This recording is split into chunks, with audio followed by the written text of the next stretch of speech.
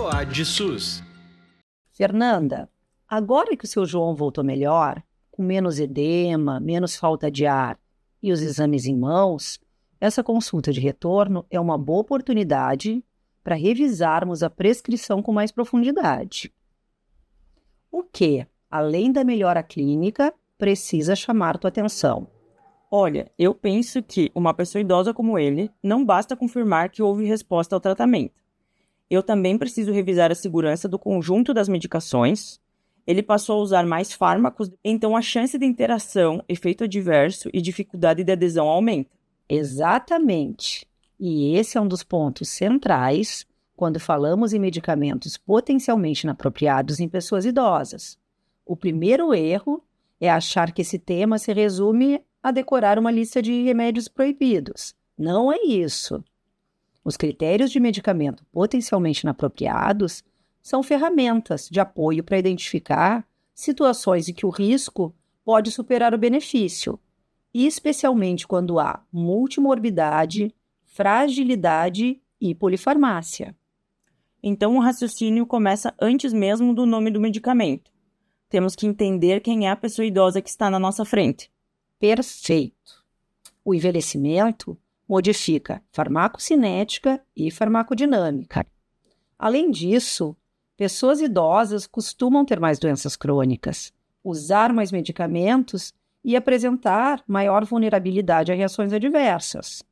Por isso, o médico de família e comunidade precisa sempre revisar 5 coisas: indicação atual do medicamento, risco de dano, interações, existência de alternativas mais seguras e a viabilidade real de uso no cotidiano. No caso do seu João, por exemplo, eu estava olhando os eletrólitos e lembrei que não basta acompanhar potássio e função renal. Eu também preciso ficar de olho no sódio porque ele usa sertralina. Isso mesmo. E esse é um ótimo exemplo de como o medicamento pode ganhar novo significado conforme o contexto muda. A sertralina não é automaticamente inadequada, mas na pessoa idosa, especialmente no contexto de polifarmácia e uso de outros fármacos que exigem monitoramento, ela pede mais vigilância. Por exemplo, o consenso brasileiro lembra que em pessoas com história recente de hiponatremia clinicamente significativa, os inibidores seletivos da recaptação de serotonina podem agravar esse problema. Ou seja, a pergunta não é só esse remédio pode ou não pode. A pergunta é, esse remédio continua fazendo sentido para esta pessoa, nesse momento, e com quais cuidados? Exatamente.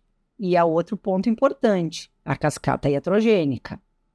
Às vezes, um efeito adverso é interpretado como doença nova, e isso leva à prescrição de mais um medicamento. É assim que a farmacoterapia vai ficando cada vez mais complexa.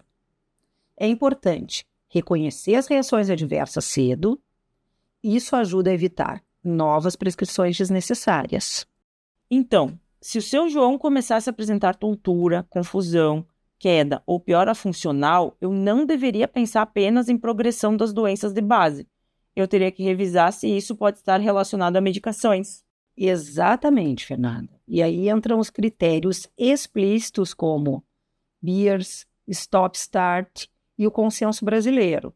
Eles ajudam a organizar o raciocínio, mas não substituem o julgamento clínico, claro. O próprio consenso deixa claro que classificar um fármaco como potencialmente inapropriado não significa contraindicação absoluta. Significa que a prescrição exige justificativa, individualização, menor dose eficaz, alternativas quando possíveis e monitoramento atento. E isso também aproxima o tema da desprescrição, não é? Sim, desprescrever não é simplesmente tirar remédio. É revisar de forma sistemática o que ainda tem indicação, o que pode estar causando dano, o que perdeu sentido ao longo do tempo e o que pode ser simplificado.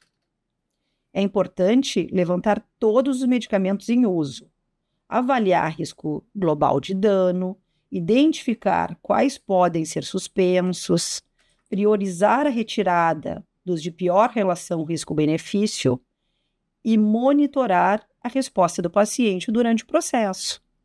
Então, no acompanhamento da pessoa idosa, prescrever bem inclui também revisar, simplificar e, quando necessário, suspender. Sem dúvida. E na medicina de família e comunidade, isso tem relação direta com coordenação do cuidado.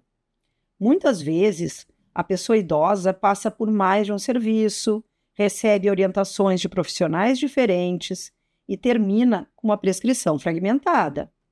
Cabe ao médico de família integrar essas informações, reavaliar prioridades terapêuticas e garantir que o plano seja seguro, compreensível e viável. Eu sempre digo que mais difícil que prescrever é desprescrever. No caso de seu João, isso significa, então, olhar para a prescrição não como uma soma de remédios para cada problema, mas como um conjunto que precisa funcionar de forma coerente com os objetivos de cuidado e com sua vida real. Exatamente, esse é o ponto central. Em pessoas idosas, segurança medicamentosa não depende apenas de escolher o fármaco certo, mas de revisar continuamente o conjunto da prescrição, buscar evidências quando houver dúvida e coordenar o cuidado de forma longitudinal. ProAd SUS.